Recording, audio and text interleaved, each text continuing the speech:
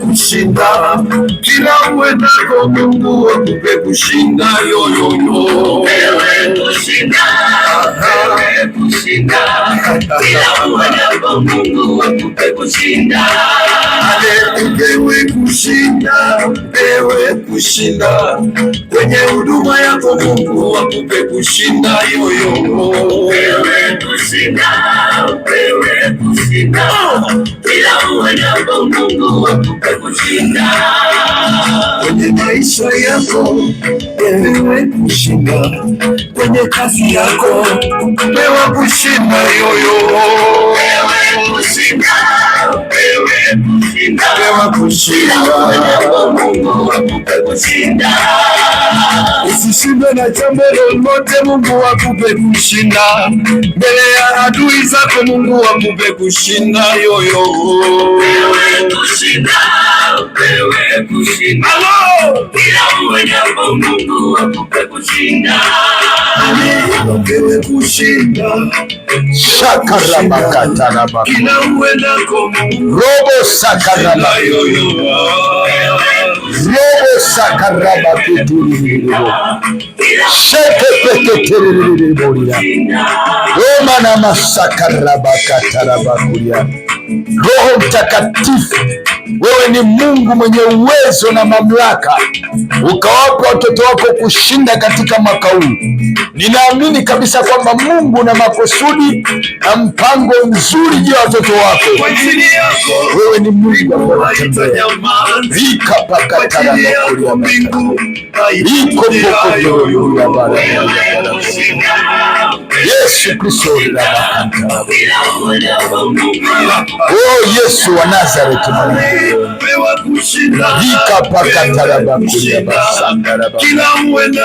achilia neema ya Mungu juu yako, achilia uweza wa Mungu juu yako, achilia mamlaka ya Mungu juu yako, achilia upako wa Mungu juu yako, achilia nguvu ya Mungu juu yako. Roho Mtakatifu amimine mafuta juu yako, uwezo wako na nguvu za Mungu zikawe juu yako. Asante Roho Mtakatifu, unaenda kuwapa kushinda watu wako katika mwaka 2026. Bwana, 2026 ikawa ya kushindi ya uweza na mamlaka katika jina la Yesu. Oh Roho Mtakatifu, robo shakaraba kataraba kulirabasa ikaraba shakaraba riko robo shakaraba kataraba rikaraba shekere rikaraba shandaraba kandaraba ikaraba kantaraba kuliraba shandaraba riko robo rikaraba shakaraba kandaraba robo shakaraba kataraba ikaraba shakaraba ikoraba kataraba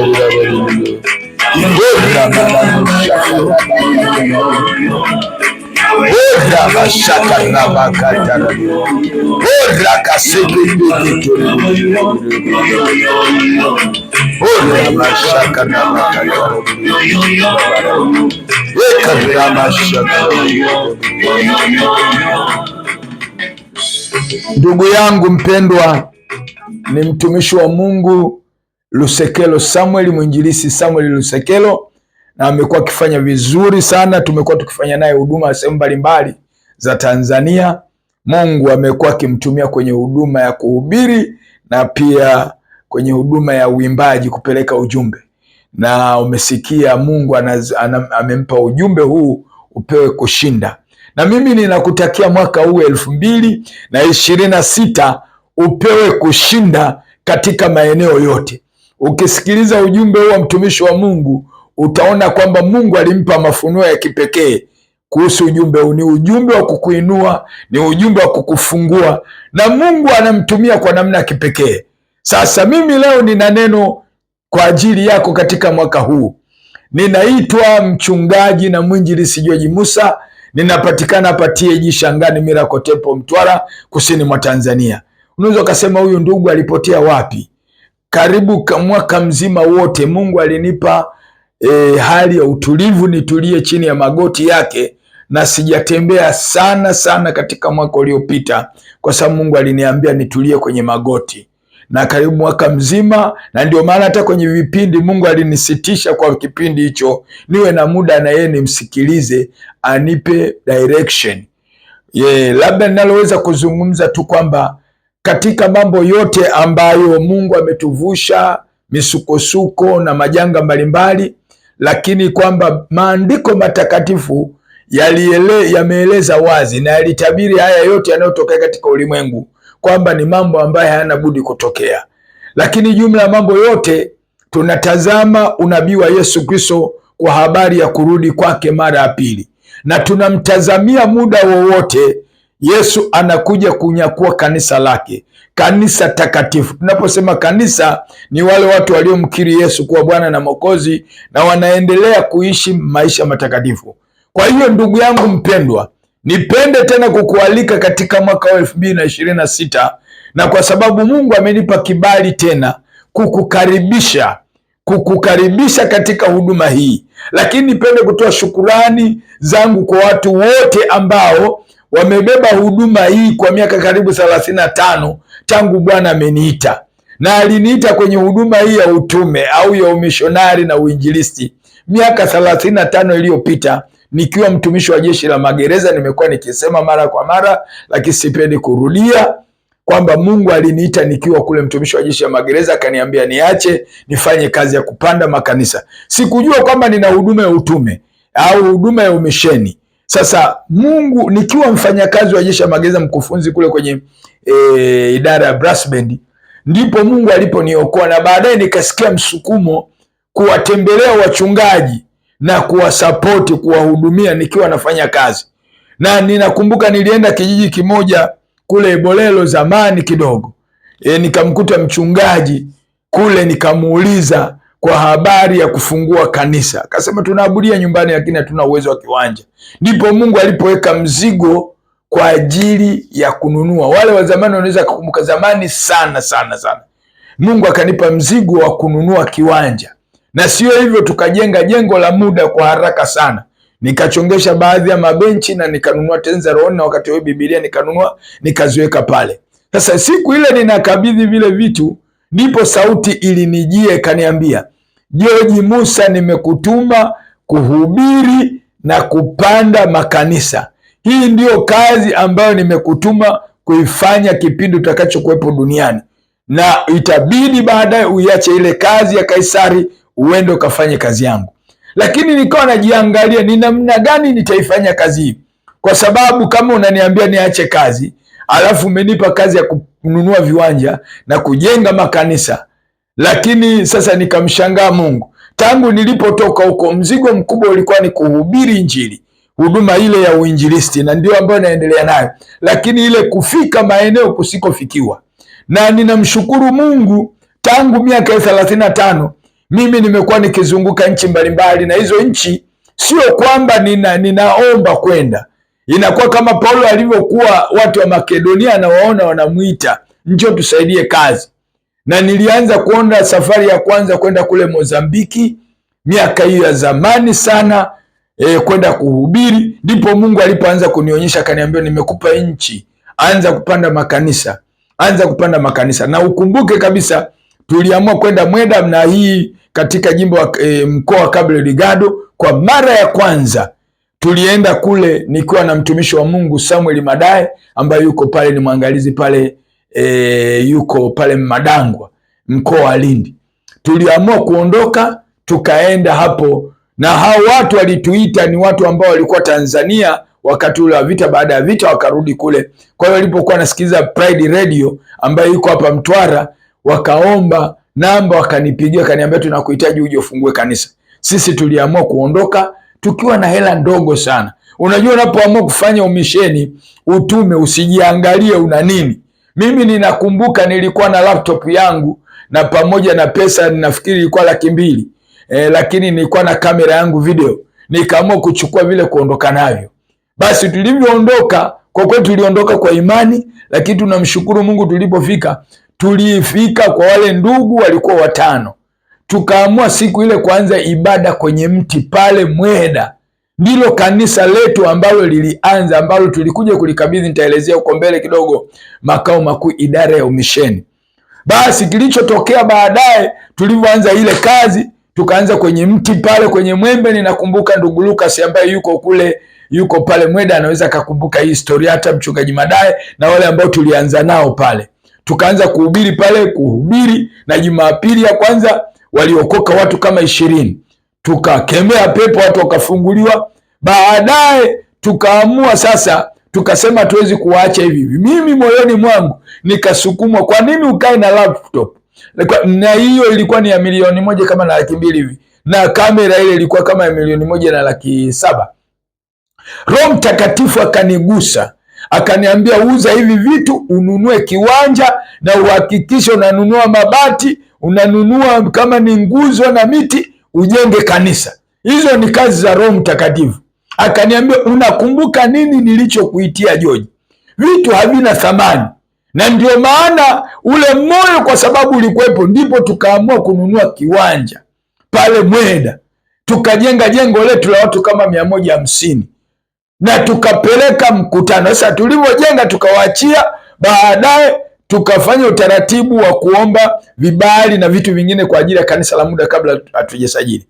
Kilichotokea, ninaona nieleze hii historia kidogo ili uelewe tumetokea wapi kwa sehemu. Basi baadaye ndipo sasa tukapeleka mkutano na timu hapa kanisani Shangani, tulienda na kwaya yetu ya Sinai, tukahubiri mkutano pale, watu wakaokoka wengi. Na ninakumbuka wakati huo idara ya umisheni iliamua kumtuma missionary Sambo kwenda kufanya survey, akiwa katibu wa idara ya umisheni taifa. Alivyokwenda kule, kulingana na taratibu za kule, wakasema bwana, hatuwezi kukubali mpaka labda muwe na watu ambao mnao huku. Sasa kulingana na taratibu, unajua kila nchi zina taratibu zake, na walimwomba mtu mmoja ashirikiane naye kwenye idara ya umisheni. Ninakumbuka alikataa yule mtu. Baadaye Askofu Magnus Mhiche, makamu askofu mkuu kwa sasa, wakati huo akiwa mkurugenzi wa umisheni, kwa kweli aliniita akaniuliza, George, umefanyaje? Nikamweleza bwana, makanisa kule unaanzisha kulingana na watu. Kama huna watu, serikali haiwezi kukubalia, kwa sababu wakati kulikuwa na sheria ngumu tofauti na sasa hivi. Kwa hiyo kama una watu, basi unaweza ukaanzisha hiyo branch yako au kanisa lako pale. Niambia sasa tusaidie, kwa sababu tulimwomba mtu mmoja atusaidie, lakini alikataa, akasema yeye ana umisheni wake, ni yeye na kanisa lake. Niambia wewe ni mtoto wetu. Nikamwambia mimi baba, nyinyi ni wazazi wangu, nitakataaje kuwakabidhi? Nikabidi sasa ni hand over, na wakati tuliomba hekari 12 pale Mweda za kujenga church planting school, na pamoja tulikusudia tuweke shule ya kompyuta na mambo mengine kwa ajili ya jamii ile, na shule ya Kiingereza pia. Na tuliona kwa sababu kule ni Kiportugizi, ili tuwavute watu kwa ajili ya kujifunza lugha ya Kiingereza na pia kompyuta na vitu vingine. Kwa hiyo tukawa tumepata kile kiwanja, ilikuwa ni swala la kulipia tu, lakini baadaye akatuambia bwana, kuna mtu mmoja anaitwa Bromela yuko huko pia. Kwa hiyo sasa kama yeye yupo kule, yuko Palma, na yeye ameenda huko ajili ya misheni na ameamua kujiunga na TAG. Kwa hiyo kilichotokea, nikamwambia hamna shida, unikutanishe naye. Baadaye wakamtuma na Komba pia, na wakati mwingine naweka hazard vizuri, haya mambo hazard vizuri, ili watu wajue nini asili ya kanisa la TAG Mozambiki, maana hivi vitu havisemwi kwa ufasaha. Kwa hiyo kilichotokea baadaye, ikabidi sasa Bromela, wakati tunafanya mkutano, tukamwalika pale Mweda. Basi kilichotokea, sisi tukaenda serikalini, tukamkabidhi kwa viongozi wa serikali kwamba huyu ndiye atakayesimamia. Na wakati huo Komba tulikuwa naye pale, ikabidi tuende naye mpaka Nampula, tukafanya survey, nikakaa naye kule Nampula, kwa sababu nilikuwa na watu kule, tukafanya survey.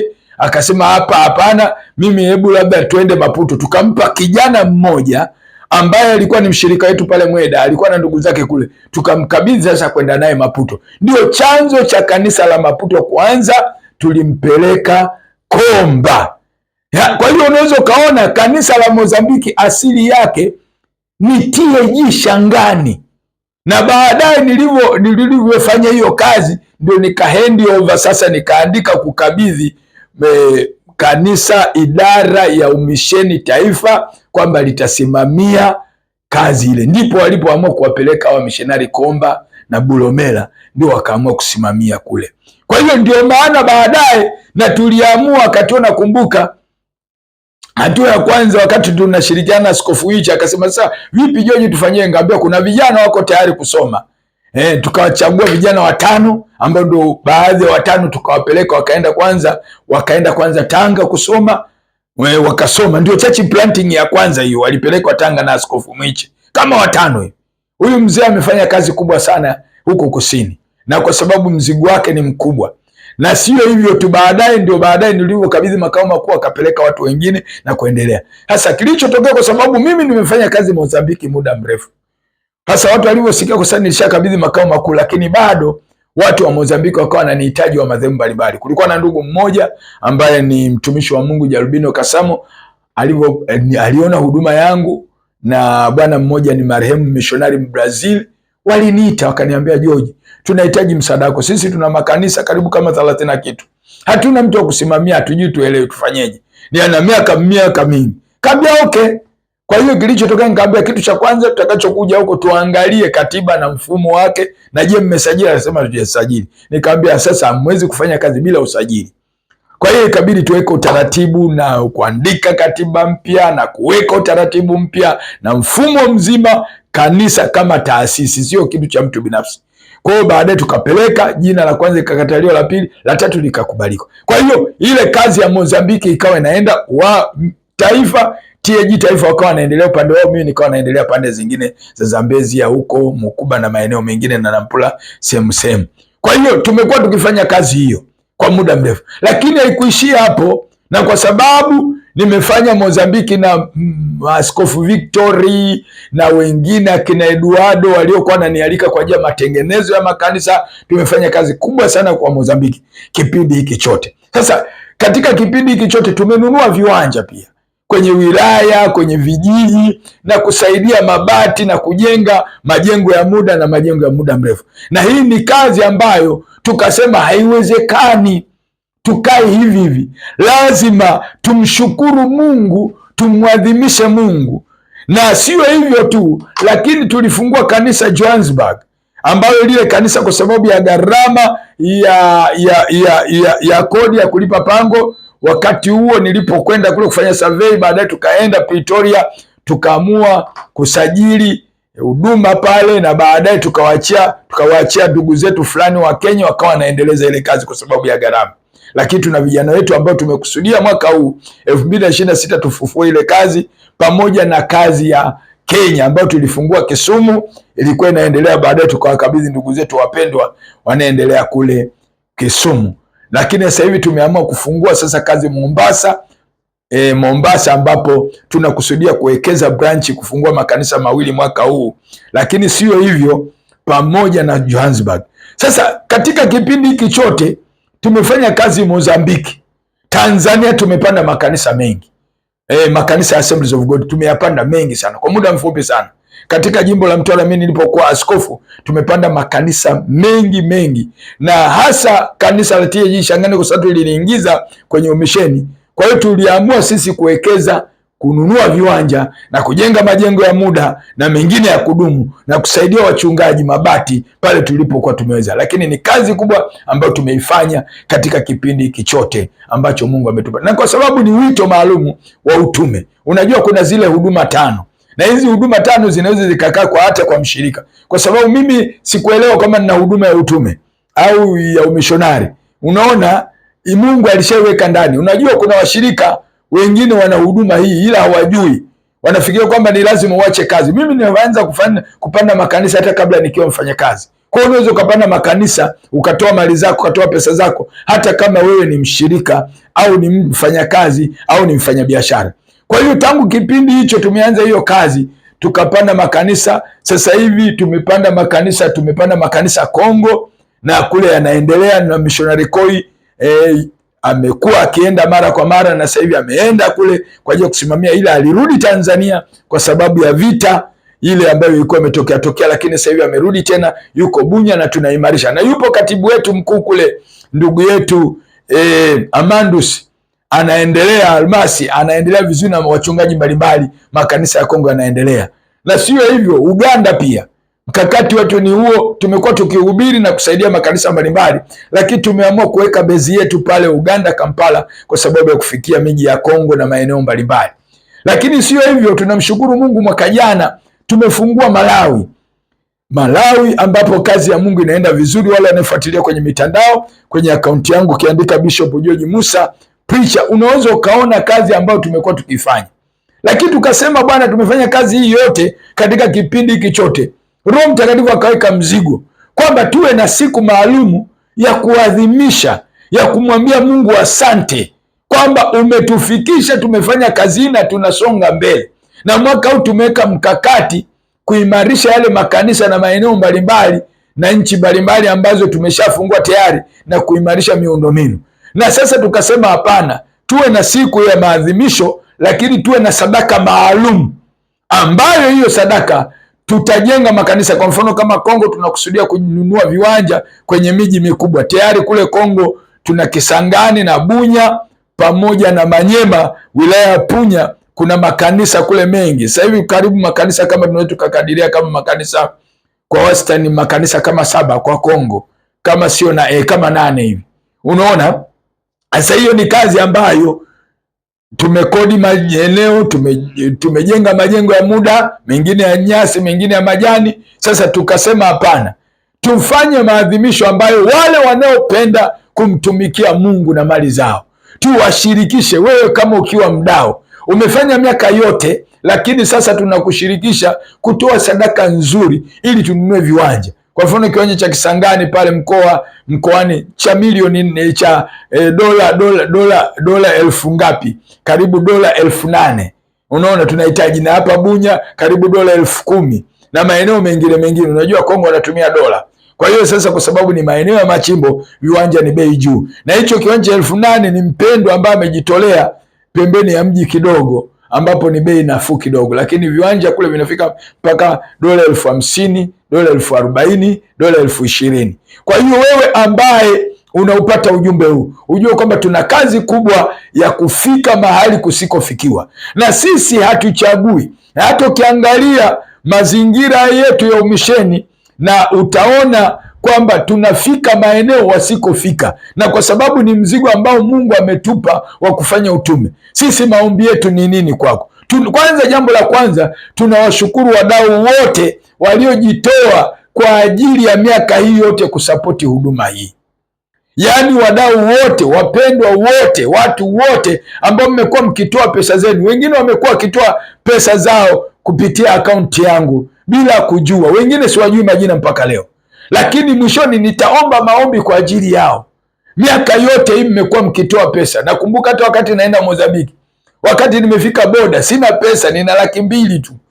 Niko na mtumishi wa Mungu, mtu mmoja akanipigia simu, ananiambia nitumie akaunti yako. Mpaka leo simjui, alituma 600,000, na wakati huo tunaenda kukaa kule mwezi mzima. Na huwa mara nyingi huwa tunathubutu, sisi tunaamua kwenda kwa ibada, lakini tunapoamua kuondoka Mungu anatufuata nyuma. Sasa mmekuwa mkifanya kazi ya kutuombea. Najua waombaji ni wengi sana, wamekuwa wakiombea huduma hii kwa miaka mingi, mmekuwa mkiniombea. Ninawashukuru sana sana.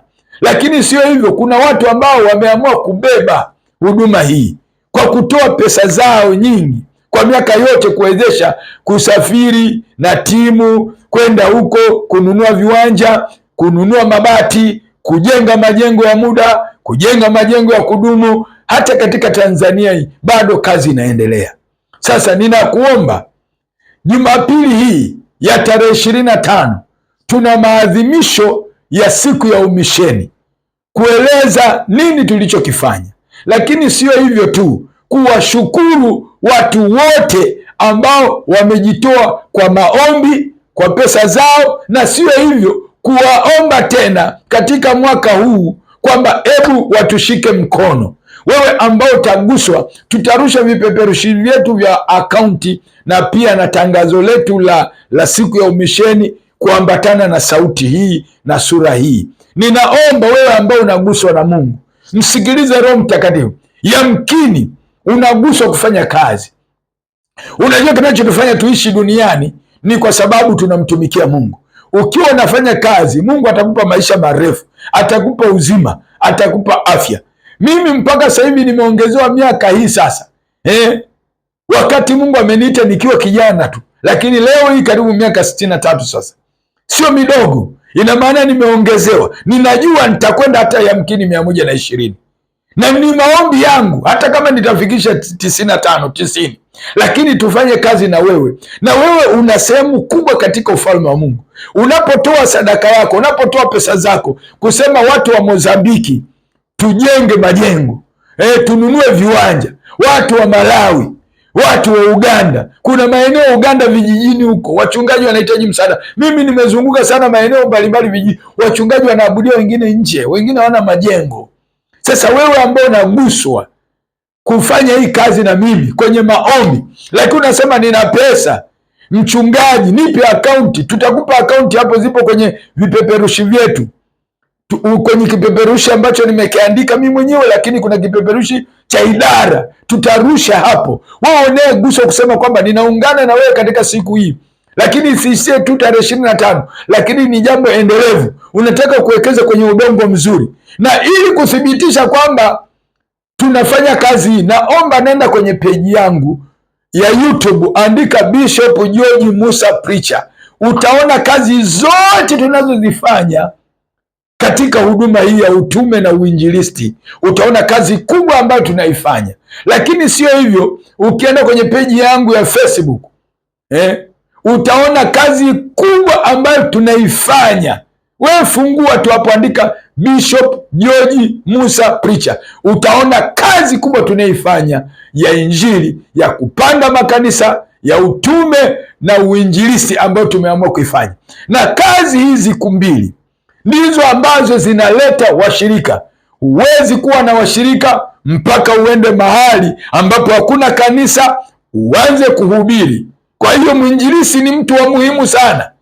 Kwanza mtume ni mtu wa muhimu pia, kwa sababu anatumwa kwenye mazingira magumu. Sio mitume hawa siku hizi wa miji mikubwa. Mimi nazungumzia watu wenye huduma ya utume, hata kama ni washirika, wanatumwa maeneo ambapo hakujafikiwa na injili. Hao ndio mitume wa kweli tunayowazungumza, sio wale wa kula mikate wa kukaa mijini. Wewe kama ni mtume, ungana nasi kwenda kwenye mazingira, kwenye vita huko Kongo. Sisi tunaenda, wote shindwa kwenda, lakini sisi tumeamua kujitoa sadaka. Mimi ninakumbuka wakati hapa Mozambiki, hapa Pitiki, tulienda na mchungaji Samuel Madai. Nimewahi kushuhudia sana mara kwa mara. Tunasindikizwa na vifaa, tunasindikizwa na askari. Wale askari wa Mozambiki wanatuambia, mchungaji, huko hakupitiki. Hasa mmeamua kujitoa sadaka, lakini kwa sababu Roho alituambia, sisi tuliamua kujitoa sadaka. Kongo ndio siseme, nyinyi wenyewe mnajua kwa habari ya Kongo. Hasa kama sisi tumeamua kujitoa, wewe kwa nini usituombee? Wewe kwa nini usitoe sadaka zako? Na kazi zinaonekana, ili sisi hatukudanganyi. Nenda kwenye peji hiyo. Huu ni wakati wa kuwekeza kwenye ufalme wa Mungu. Ukitaka baraka, ukitaka maisha marefu, naomba ndugu yangu, wekeza kwenye udongo mzuri. Na udongo mzuri, fika mahali ambapo hawajasikia injili, watu wasikie injili. Na sisi ndiko tunakokwenda, huko kote huko tunazofanya kazi. Jumapili tutarusha hizo kazi kwenye YouTube. Utaona kazi tulizozifanya kwa sehemu tu, picha chache, uone hizo nchi tulivyofanya. Tumetembea kwenye mito, tumebebwa kwenye mito, tumetembea kwenye mitumbwi, tumetembea na mapikipiki. Mimi nimewahi kutembea kutoka Kisangani, mkoa wa Kisangani, kwenda Manyema, zaidi ya kilomita 1000. Unatembea na pikipiki rough road, unapenya ndani, maana huwezi ukatembea kwenye mabasi gari, lazima utembee vichochoroni. Sehemu nyingine unaiacha barabara, inabidi utembee kwenye miti vichochoroni kwa sababu ya magaidi, waasi wale. Lakini tumeamua kujitoa sadaka. Ni kwa sababu gani? Sio kwamba tunataka sifa, lakini kwa sababu ya moyo ambao Mungu ameweka wa utume. Kwa hiyo ninachokuomba ndugu yangu, jambo la kwanza, katika wiki hii tutarusha akaunti zetu za idara. Lakini kuna akaunti zangu, unaweza ukatumbukiza chochote kile, una chochote kile ambacho Mungu atakusemesha. Hata kama una kitu unasema, mchungaji, mimi nina gari, ninaamua kutaka kulitoa gari hili kwa ajili ya kufika hayo maeneo, au gari hili naliuza kwa ajili ya kujenga jengo, au nina nyumba, nina chochote kile cha thamani, lakini naamua kutoa sadaka.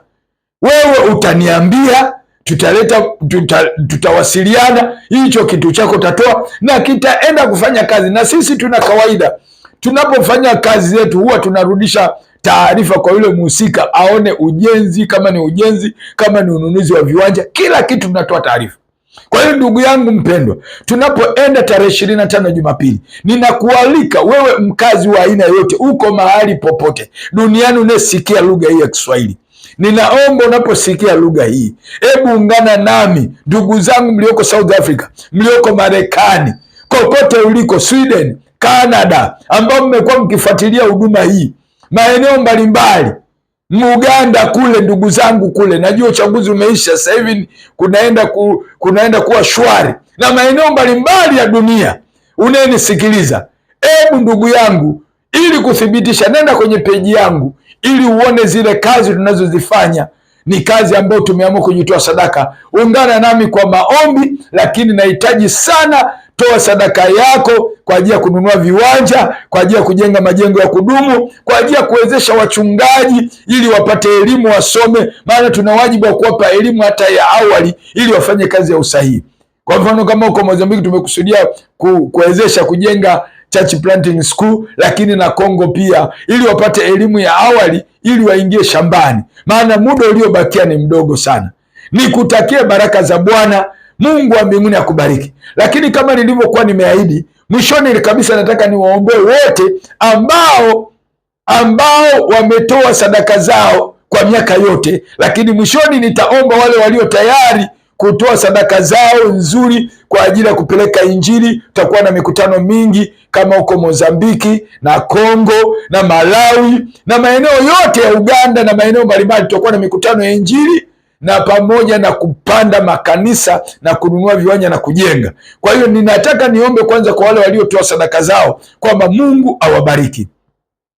Baba yetu wa mbinguni, katika jina la Yesu, asante kwa sababu ya watumishi wako ambao wamejitoa kwa miaka hii yote miwili mitatu ya nyuma, au miaka yote 35. Mungu, ninaomba Mungu baraka zako kwa wote ambao wamekuwa kihusika kuombea huduma hii ya utume na uinjilisi, au ya umisheni na uinjilisi ambayo inaendelea. Mungu wa mbinguni, naomba bariki waombaji hawa, watendee mambo mema. Mungu, wape mzigo mkubwa kwa ajili ya kazi yako. Mungu wa mbinguni, jumla ya mambo yote, ninaachilia uzima juu ya afya zao, ninaondoa magonjwa juu yao, ninaomba uzima juu yao.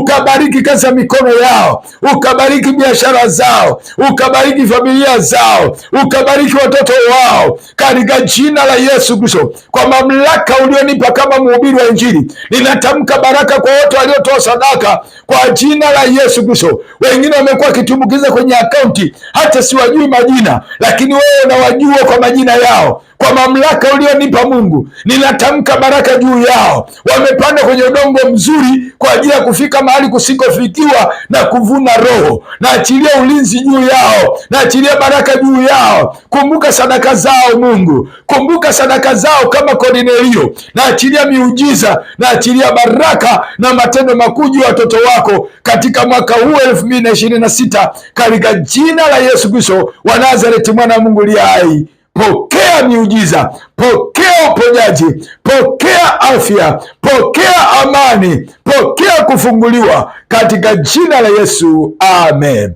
Sasa nataka kuomba kwa ajili ya wale ambao wanasema niko tayari kutoa, lakini hujajua utoe nini. Nataka nikuombea kusikia sauti ya Mungu na maamuzi sahihi, utoe kile kitu ambacho utasikia moyoni. Nikuombee baraka hata kabla hujatoa. Baba, katika jina la Yesu, ninaachilia Bwana watumishi wako walioamua Bwana kufanya kazi ya kupeleka Injili, lakini sio kupeleka Injili, kupanda makanisa, kununua viwanja, kujenga majengo. Mungu ameamua ndani ya mioyo yao kufanya kazi ya utume, ya umisheni duniani kote. Angalia mioyo yao, naachilia baraka zako juu yao. Wale wote watakaoamua kutoa sadaka zao kupitia akaunti zetu, Naachilia miujiza, naachilia baraka, naachilia uponyaji, naachilia uweza, naachilia mamlaka kwa jina la Yesu. 2026 ikawa ni ya miujiza, ikawa ni ya baraka, ikawa ni ya matendo makuu, ikawa ni ya kushangaza. Roho Mtakatifu, tenda mambo makubwa. Roho Mtakatifu, lete mabadiliko.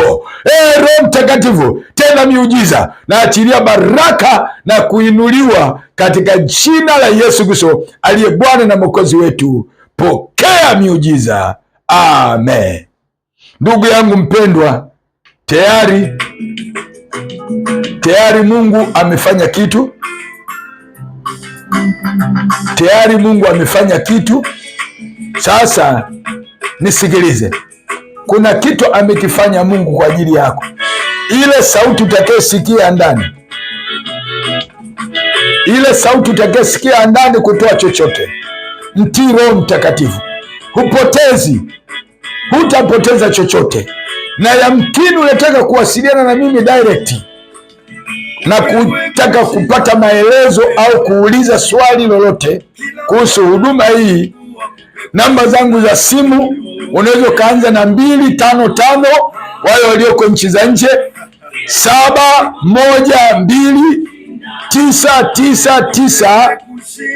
712999805. Narudia tena, unaanza ile kodi namba ya Tanzania ambayo ni msalaba, unaweka 255 alafu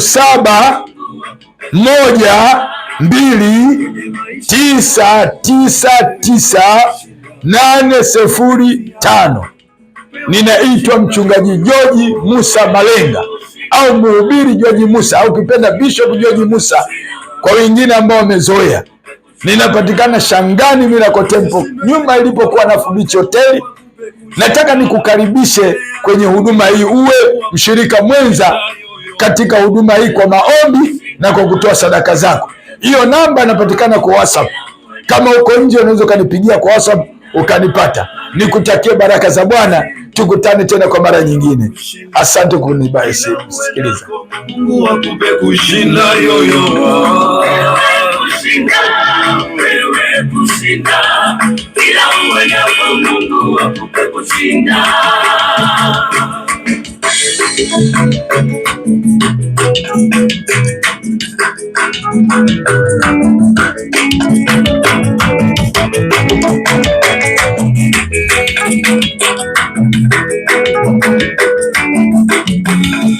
Kwa ajili yako mbingu haitanyamaza, kwa ajili yako mbingu haitatulia yoyo. Wewe kushinda, wewe kushinda, bila uendapo Mungu akupe kushinda. Wewe kushinda, wewe kushinda, kila uendako Mungu akupe kushinda yoyo. Wewe kushinda, wewe kushinda, kila uendako Mungu akupe kushinda. Mbele ya watesi wako, mbele ya maadui, mbingu isinyamaze ikupe kushinda yoyo. Wewe kushinda, kila uombalo Mungu akupe kushinda, kila ufanyalo kwa mikono yako pokea kushinda yoyo. Wewe kushinda, haleluya, Mungu akupe kushinda. Pokea kushinda, pokea kushinda kwa jina la Yesu, upewe kushinda yoyo. Bila uendapo Mungu akupe kushinda.